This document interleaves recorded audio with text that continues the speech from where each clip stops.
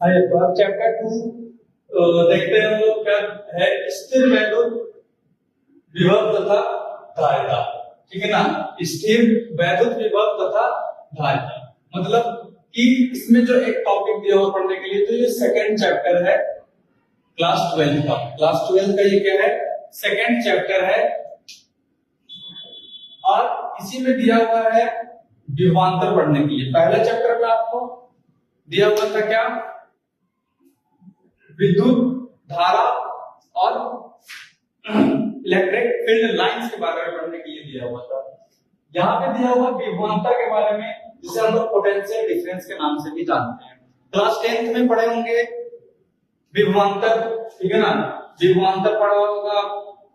विभवांतर class 10th में पढ़ने के लिए था कि जब हम किसी भी चार्ज को एक कोई चार्ज है, ठीक है ना?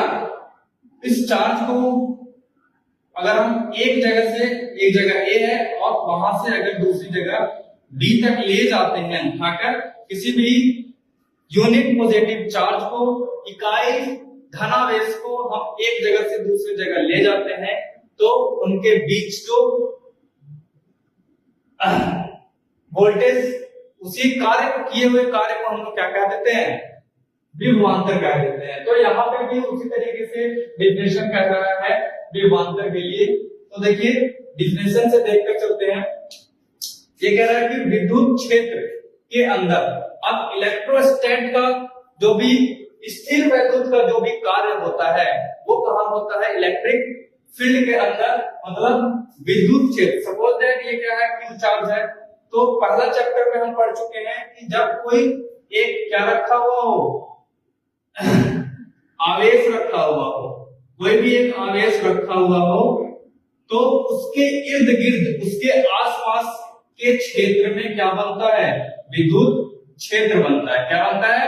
विद्युत क्षेत्र बनता है, जिसको हम लोग ई से डिनोट करते हैं।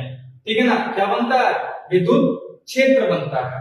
तो अगर किसी चार्ज के आसपास क्या बन रहा है? विद्युत क्षेत्र। तो जो भी इलेक्ट्रिक फील्ड, इलेक्ट्रिक ये जो स्थिर वैद्युत का कार्य होगा, वो सारा किसके अंदर होगा? किसी भी चार्ज के क्षेत्र के अंदर होगा। ठीक है?